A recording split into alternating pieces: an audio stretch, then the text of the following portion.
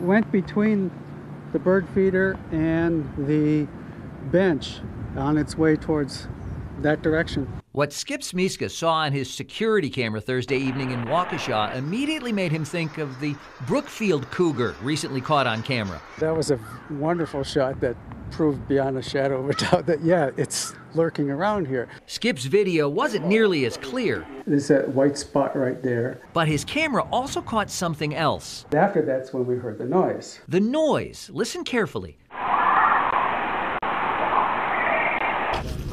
After hearing the audio, Skip went out to check for any signs of a cougar.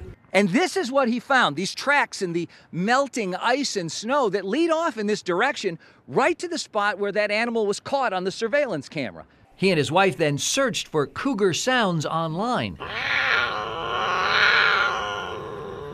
to compare to the sound they captured. It'd be really hard to know for sure exactly what that noise might be. The DNR's Diane Robinson says the sound could be a cougar, but the Smiska's video, she thinks, probably shows a smaller animal. Based on the video alone, I would probably say that it's not a cougar. Still, the report is the kind of thing the DNR wants to hear as the department tries to track this elusive cougar. In Waukesha, I'm Kent Wainscott, WISN 12 News.